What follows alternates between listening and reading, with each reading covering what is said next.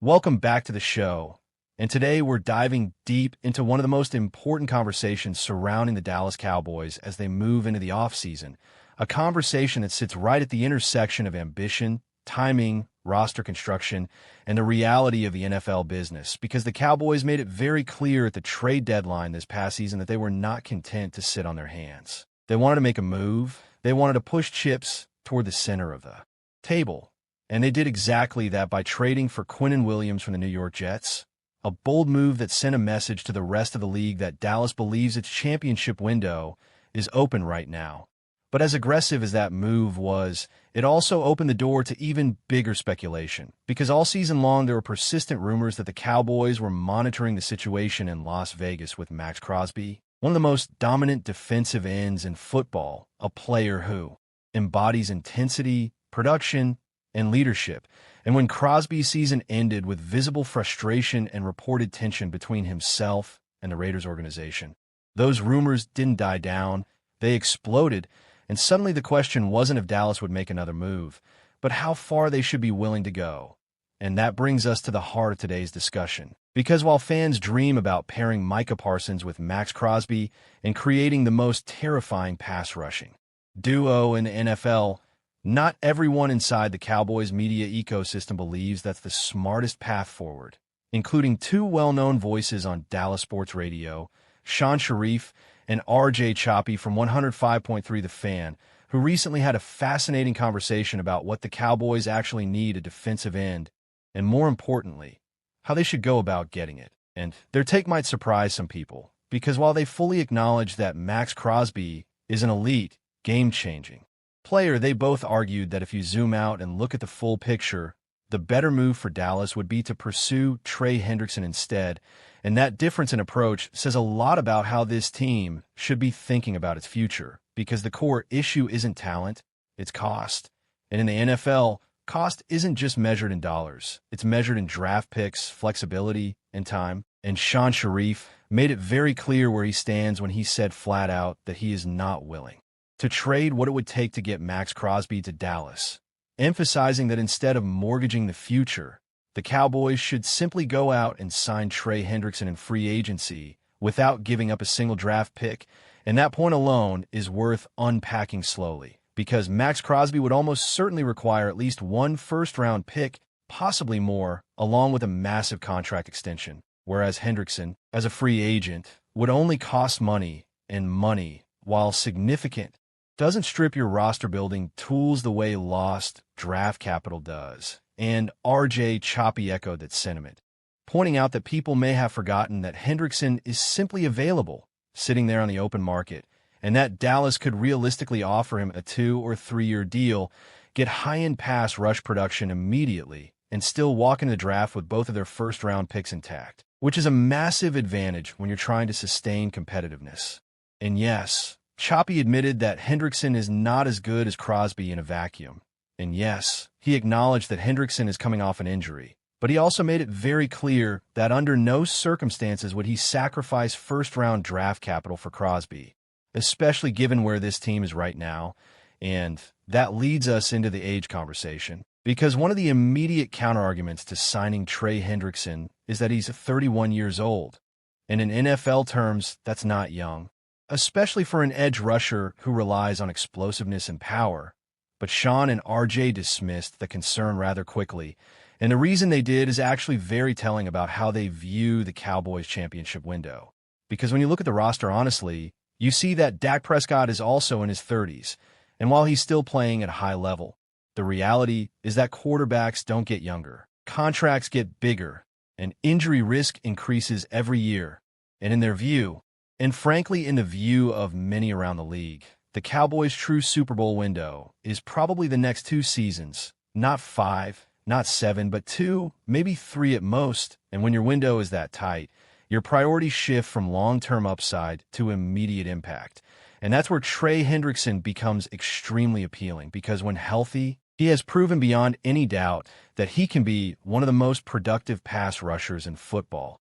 And despite missing time this season due to a hip injury that landed him on injured reserve after 7 games, Hendrickson still recorded 4 sacks before going down, And while that stat line might not jump off the page at first glance, the context matters because injuries have a way of suppressing market value. And that could actually work in Dallas' favor, potentially allowing them to sign a premier edge rusher at a slightly reduced price, essentially rolling the dice on health in exchange for elite upside. And if we zoom out and look at Hendrickson's body of work, the case becomes even stronger because when he was fully healthy in 2024, he led the entire NFL in sacks with 17.5, and that wasn't a fluke or a one-year spike because he posted the exact same number, 17.5 sacks, in 2023 as well, meaning that over the last two fully healthy seasons, he was arguably the most productive pass rusher in the league. And over 5 seasons with the Cincinnati Bengals, he's totaled 61 sacks, a number that puts him firmly in elite company. And when you imagine that level of production lining up opposite Micah Parsons, it's not hard to see why Sean and RJ believe this could be the smarter, cleaner, more efficient move, because you're not just adding sacks, you're changing protections, forcing offenses to pick their poison, and creating more one-on-one opportunities across the defensive front. And all of this circles back to the broader philosophy question facing the Cowboys this offseason, which is whether they want to go all in the most dramatic way possible by swinging a blockbuster trade for a superstar like Max Crosby, or whether they want to take a slightly more disciplined approach, leveraging free agency to address their biggest needs while preserving draft capital to keep the roster deep and flexible. And there's no denying that Crosby would be electric in Dallas. There's no denying that his motor, leadership, and production would elevate the defense instantly. But there's also no denying that the price would be enormous. And when you consider the age of the core players, the limited championship window, and the importance of maintaining first-round picks to inject young talent into the roster, the argument for Trey Hendrickson becomes not just reasonable, but compelling because championships are rarely won by winning headlines in March. They're won by building balanced rosters that peak at the right time. And if the Cowboys believe their time is now, then adding a proven elite pass rusher without sacrificing future assets might be the exact kind of calculated risk that pushes them over the top. And as this offseason unfolds, all eyes will be on Dallas. Welcome in, and take a moment to really sit with this, because sometimes in the NFL, the most important moves aren't the ones a team makes themselves, but the ones made for them by chaos elsewhere. The Green Bay Packers' stunning wild card collapse against the Chicago Bears didn't just end their season in embarrassing fashion. It quietly reshaped the draft landscape for another franchise entirely. And that franchise is the Dallas Cowboys. Because of that loss, the pick Dallas owns from Green Bay is now locked in at number 20 overall. And when you combine that with Dallas-owned pick at number 12, the Cowboys suddenly walk into the 2026 NFL Draft holding 2 top 20 selections. For a team staring down a full defensive reset in the aftermath of trading Micah Parsons, that is nothing short of massive. This is not a Cowboys roster that can afford to draft passively. The 2025 season exposed structural flaws across the defense, from the lack of consistent edge pressure to shaky linebacker play, to a secondary that simply could not hold up over 4 quarters. Parsons wasn't just an elite pass rusher. He was the identity of the defense. He was the piece offenses feared, the player coordinators built entire game plans around. Once he was gone, the Cowboys were left with a defense that reacted instead of dictated. That reality is what makes this draft and these 2 first-round picks so critical. 2 top 20 picks give you options. You can chase elite talent, or you can weaponize flexibility. But here's the complication. Dallas does not own its original second or third-round picks in 2026. That means if they stay put and simply make 2 first-round selections, they will disappear from the draft board for a long stretch on day 2. For a team with as many holes as Dallas has on defense, that's dangerous. So the goal of this mock draft isn't just to add talent. It's to restore balance, depth, and sustainability to a roster that badly needs it. At pick 12, though, there's no reason to overthink things if the board breaks the right way. If Texas Tech edge rusher David Bailey is still available, the Cowboys should sprint the car to the podium. Bailey checks nearly every box you want in a modern NFL edge defender. He's listed at 6'3", 250 pounds, with a frame that can still carry more functional strength without sacrificing explosion. And explosion is the word that defines his game. His first step off the snap is elite, the kind that immediately puts offensive tackles on their heels. But what separates Bailey from so many college pass rushers is that he knows how to turn that burst into production. He isn't just fast, he's technical. He understands leverage, timing, and how to chain moves together to finish plays. This past season, Bailey was the engine of a ferocious Texas Tech defense, racking up 15 sacks and 43 quarterback hurries, while posting a pass rush win rate north of 21%, one of the best marks in the country. That kind of efficiency matters because it translates. And it's not just about rushing the passer. Bailey plays the run with discipline, sets the edge, and doesn't shy away from contact. That's critical for a Cowboys defense that struggled mightily against physical rushing attacks. Bailey isn't Micah Parsons, and he doesn't need to be. What he is a foundational edge defender you can build around, a day-one starter who immediately raises the floor of your front seven. Pairing him with Donovan Ezeaku gives Dallas a legitimate edge duo that can survive and even thrive in a post-Parsons world. Now the real chess match begins. Pick 20 is valuable, but its true power lies in who is drafting behind Dallas. Quarterbacks always change the math, and teams like the Rams or Browns are perpetually looking for their next answer under center. If one of those teams falls in love with a prospect like Ty Simpson or Trinidad Chambliss, Dallas suddenly becomes the gatekeeper. That's leverage, and smart teams use leverage to fix multiple problems at once. In this mock scenario, the Cowboys trade back from pick 20 to pick 29 with the Los Angeles Rams, embracing the reality that this is a roster that needs bodies just as much as it needs stars. The trade down accomplishes several things at once. It keeps Dallas in the first round, adds a second-round pick at 61 and a third-round pick at 93, and even brings future draft capital into the mix. Yes, it means passing on some higher-end talent at 20, but it also means the Cowboys aren't invisible for the entirety of day two. And when you're trying to rebuild a defense that has holes at linebacker, corner, and safety, that matters more than chasing one more flashy name. At pick 29, Dallas turns its attention to the heart of the defense and selects Georgia linebacker C.J. Allen. This is a pick that won't dominate headlines, but it absolutely addresses a glaring weakness. Allen comes from one of the most pro-ready defensive systems in college football, and over the past 3 seasons, he's logged more than 1,500 defensive snaps against top-tier competition. What stands out immediately is his run defense. Allen diagnoses plays quickly, takes clean angles, and closes downhill with real violence. His football IQ shows up consistently in his run fits, and that's something Dallas sorely lacked in 2025. Allen isn't a finished product. His coverage instincts and blitz timing still need refinement, and he's not yet the kind of linebacker offenses fear in space. But the tools are there. The athleticism is there.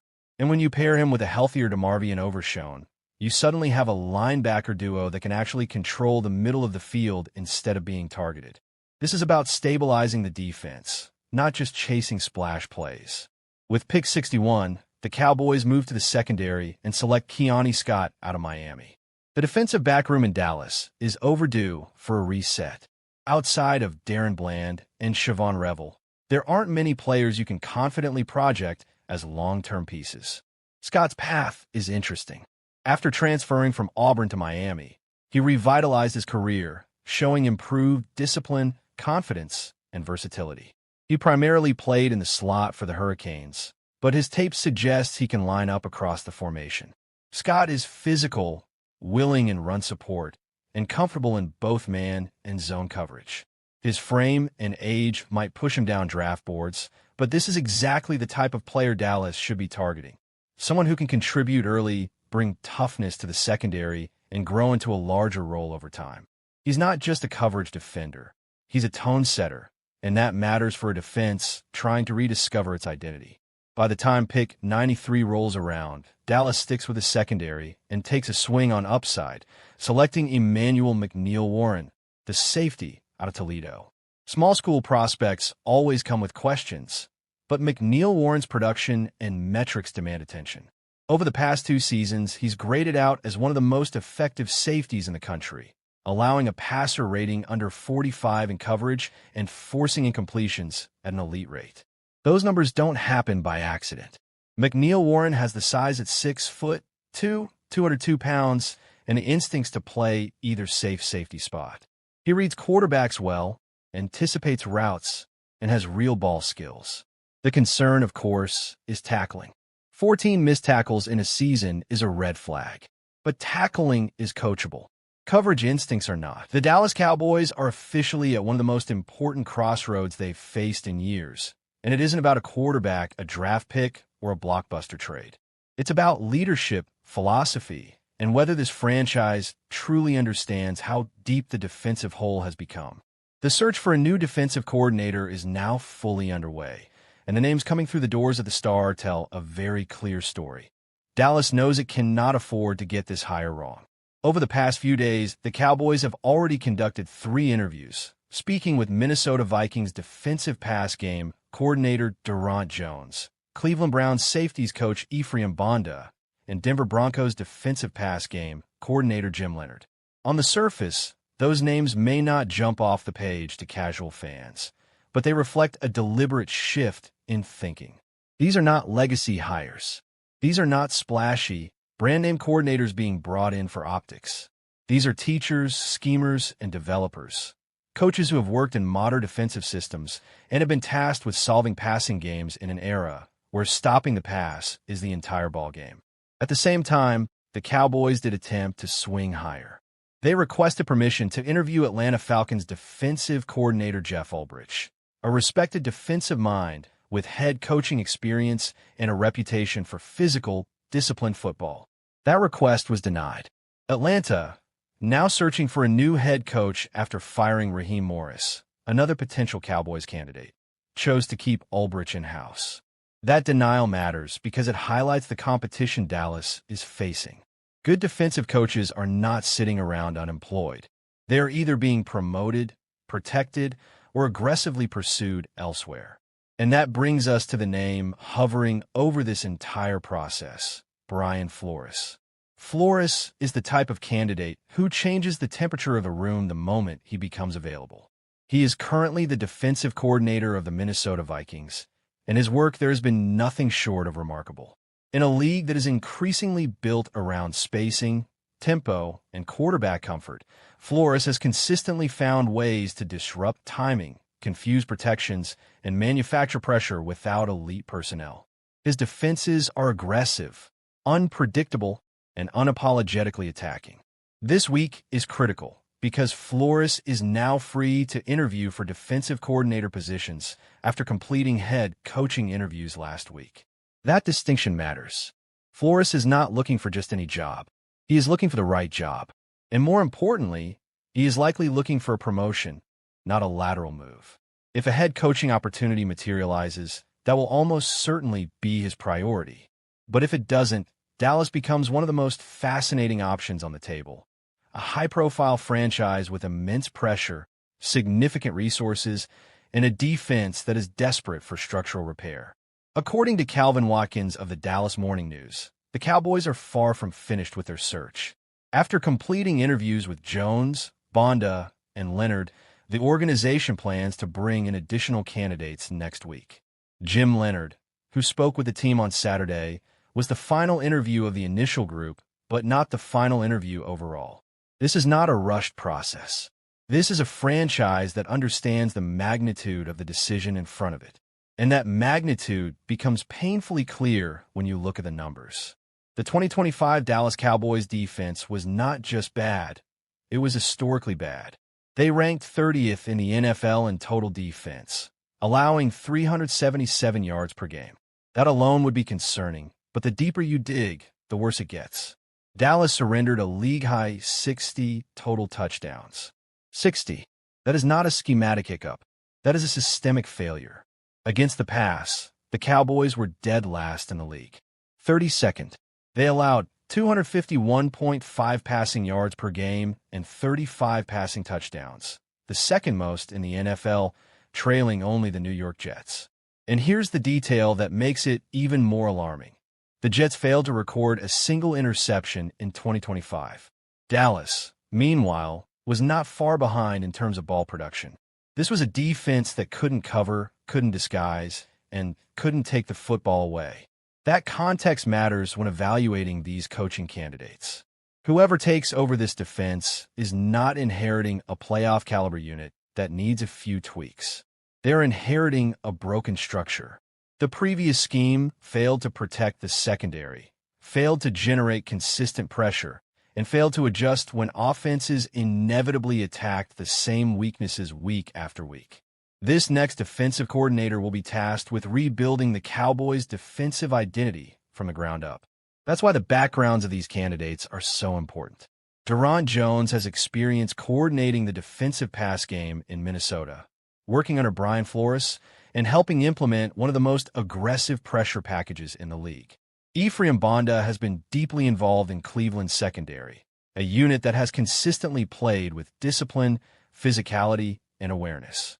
Jim Leonard, a former elite safety himself, has built a reputation as one of the smartest defensive minds in football, particularly when it comes to coverage, disguise, and communication on the back end. But Flores remains the standard bearer. If Dallas can land Brian Flores, it would signal a genuine commitment to fixing what's broken.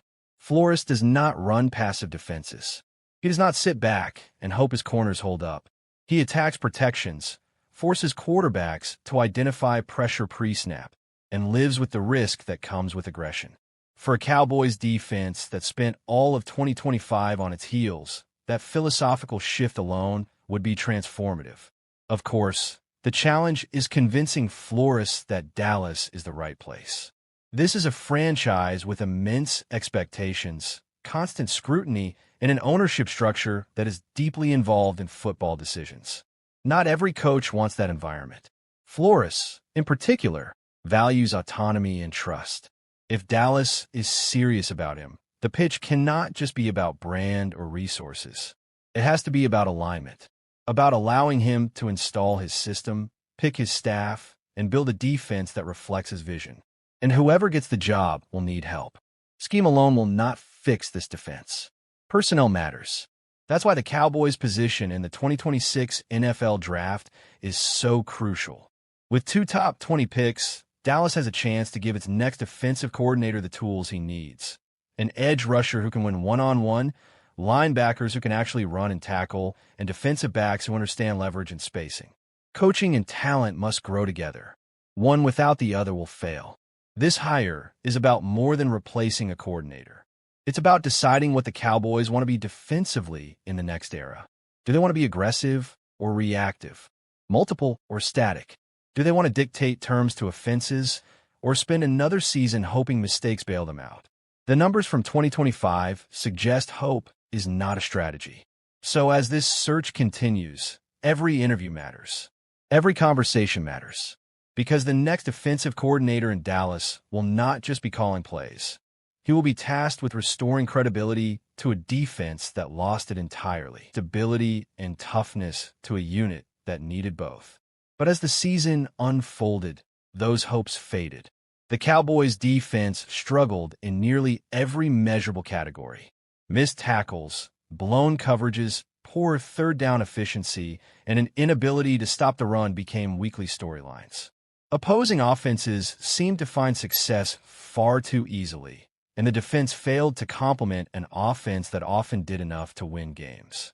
Even after the mid-season trade for Quinnen Williams, which briefly sparked optimism, the improvement was short-lived.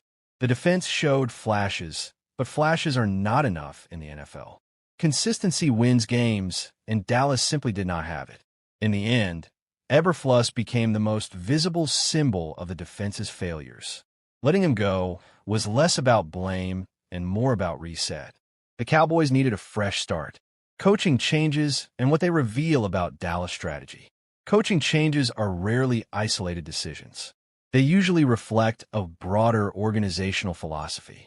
In this case, the Cowboys' decision to move on from Eberflus suggests that the front office is prioritizing immediate improvement over long-term patience.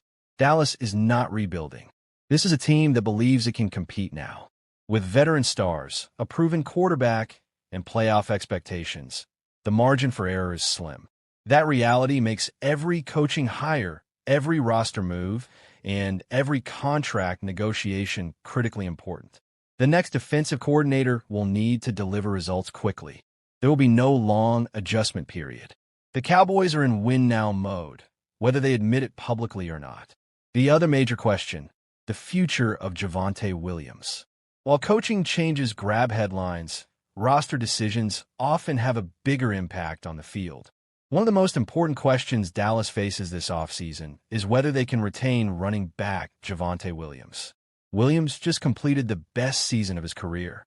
He was explosive, reliable, and productive. More importantly, he became a central part of the Cowboys' offensive identity. When Dallas needed tough yards, big plays, or a spark, Williams delivered. That kind of performance does not come cheap. And now, the Cowboys face a familiar problem: how to keep a rising star without breaking the bank. Javonte Williams' breakout season in context. To understand why Williams is so valuable, you have to look beyond raw statistics.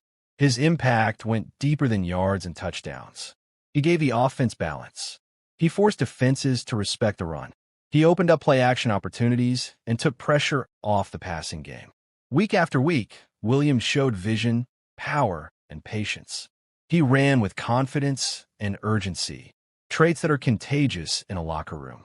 Teammates fed off his energy, and fans quickly embraced him as a core piece of the offense.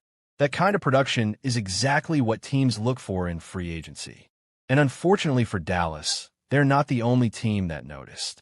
The financial reality of free agency. Williams played the 2025 season on a one-year, $3 million deal. That contract now looks like a bargain. With free agency approaching, his market value has skyrocketed. According to projections, Williams could command a multi-year deal worth over $20 million. That is a significant investment, especially for a team already managing multiple large contracts across the roster. This is where tough decisions come in. The Cowboys must weigh Williams' importance against their financial flexibility. Paying him means sacrificing resources elsewhere. Letting him walk means replacing a proven playmaker. Neither option is painless. Why the New York Jets are a serious threat. Analysts believe the New York Jets are one of the strongest contenders to sign Williams. The Jets have cap space, a clear need at running back, and a roster that could benefit greatly from his skill set. A projected 3-year, $20 million deal makes sense from their perspective. For Williams, it represents security and recognition. For Dallas, it represents a looming loss. If the Cowboys are unwilling or unable to match that offer, they must be ready with a backup plan that or J.K. Dobbins, a possible replacement option. If Williams leaves, the Cowboys will need another running back capable of carrying a significant workload. One name that continues to surface in discussions is J.K. Dobbins. Dobbins' career has been defined by both promise and frustration. When healthy, he is dynamic and efficient. He runs with burst and has proven he can be productive at the NFL level. However, injuries have followed him throughout his career. Missed games and shortened seasons have prevented him from securing long-term stability. That history makes him a risky option, but also a potentially affordable one. Why Dobbins fits the Cowboys situation? From a financial standpoint, Dobbins makes sense. A one-year, $5 million deal is manageable and low risk. It allows the Cowboys to replace much of Williams' production without committing long-term money. For Dobbins, Dallas represents an opportunity. A strong season behind a solid offensive line could rebuild his value and position him for a bigger contract in the future. The Dallas Cowboys officially closed the book on their season Wednesday afternoon, holding their season-ending news conference. And, as always when Jerry Jones speaks, there was a lot to unpack. Beyond the usual end-of-year reflections, one message stood out clearly. The Cowboys believe change is coming, and this time, it could be big. Jerry Jones made it clear that the organization is ready to do what he called dramatic things this offseason. And perhaps even more surprising, he openly said that finances will not stand in the way. Jones spoke honestly about the disappointment of the season and the urgency to improve immediately. He told reporters that the incentive is there to, in his own words, bust the budget, if that is what it takes to get results right now. That statement alone signals a major shift in tone for a franchise that, in recent years, has often been accused of being too cautious. According to Jones, the Cowboys are not interested in standing still. They want to be better, and they are willing to take controversial paths to make that happen. He pointed to the Micah Parsons trade as an example of the kind of bold decision the team is willing to make. That move was not made to save money or avoid competition. As Jones explained, it was done with winning in mind, even if it meant upsetting fans and inviting criticism. He emphasized that moments like this demand difficult choices, and that this offseason could bring more decisions that may not be universally popular but are designed to push the team forward. Perhaps the most eye-catching part of Jones' comments was his insistence that money will not be a limiting factor. He said the Cowboys will do everything possible to keep the team strong, competitive, and entertaining. That kind of language suggests an owner who understands that patience is wearing thin and that fans want action, not promises. It also hints that Dallas may finally be ready to abandon its reputation as a conservative spender. If the Cowboys truly follow through on this approach, the possibilities are significant. According to Cowboys Wire's KD Drummond, Dallas could open up as much as $147 million in salary cap space if they restructure contracts and make the right moves. That amount of financial flexibility would completely change how the Cowboys operate in free agency. It would allow them to re-sign key players like George Pickens and Javonte Williams, while also aggressively pursuing outside talent to upgrade the roster. Trades could also be part of this new aggressive strategy. Dallas was active on the trade market last year, with mixed results, but that experience may encourage them to explore similar opportunities again. Names like Max Crosby have already been floated by fans and analysts, though for now, it remains speculation. Still, the fact that such discussions even feel possible reflects a shift in how the Cowboys are being perceived. The most encouraging takeaway from all of this is the sense that the organization may have finally recognized its biggest flaw: doing too little for too long. For years, Dallas relied on bargain signings and internal development, hoping that small, low-risk moves would eventually pay off. That approach has not delivered championships, and it appears the Cowboys are ready to try something different. Of course, words are easier than actions. Cowboys fans have heard bold promises before, including talk of going all in, only to see minimal follow-through. That history is why skepticism remains. Still, this moment feels different. The tone is stronger, the language more direct, and the willingness to spend more openly acknowledged. Now, the pressure is on. This offseason will reveal whether Jerry Jones' comments were a genuine turning point or just another offseason storyline. If the Cowboys truly embrace aggression in free agency, the draft, and the trade market, this could be the most important offseason the franchise has had in years. Only time will tell how it all plays out, but one thing is clear: the Cowboys are promising action, and the NFL world will be watching closely to see if they finally deliver. Welcome in, and take a moment to really sit with this, because sometimes in the NFL, the most important moves aren't the ones a team makes themselves, but the ones made for them by chaos elsewhere. The Green Bay Packers' stunning wild-card collapse against the Chicago Bears didn't just end their season in embarrassing fashion. It quietly reshaped the draft landscape for another franchise entirely. And that franchise is the Dallas Cowboys. Because of that loss, the pick Dallas owns from Green Bay is now locked in at number 20 overall. And when you combine that with Dallas' own pick at number 12, the Cowboys suddenly walk into the 2026 NFL Draft holding two top 20 selections. For a team staring down a full defensive reset in the aftermath of trading Micah Parsons, that is nothing short of massive. This is not a Cowboys roster that can afford to draft passively. The 2025 season exposed structural flaws across the defense, from the lack of consistent edge pressure to shaky linebacker play, to a secondary that simply could not hold up over 4 quarters. Parsons wasn't just an elite pass rusher. He was the identity of the defense. He was the piece offenses feared, the player coordinators built entire game plans around. Once he was gone, the Cowboys were left with a defense that reacted instead of dictated. That reality is what makes this draft And these 2 first-round picks, so critical. 2 top 20 picks give you options.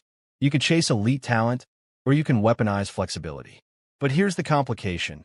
Dallas does not own its original second or third-round picks in 2026. That means if they stay put and simply make 2 first-round selections, they will disappear from the draft board for a long stretch on day 2. For a team with as many holes as Dallas has on defense, that's dangerous. So the goal of this mock draft isn't just to add talent.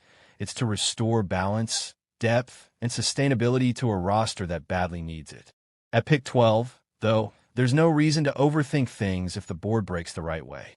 If Texas Tech edge rusher David Bailey is still available, the Cowboys should sprint the card to the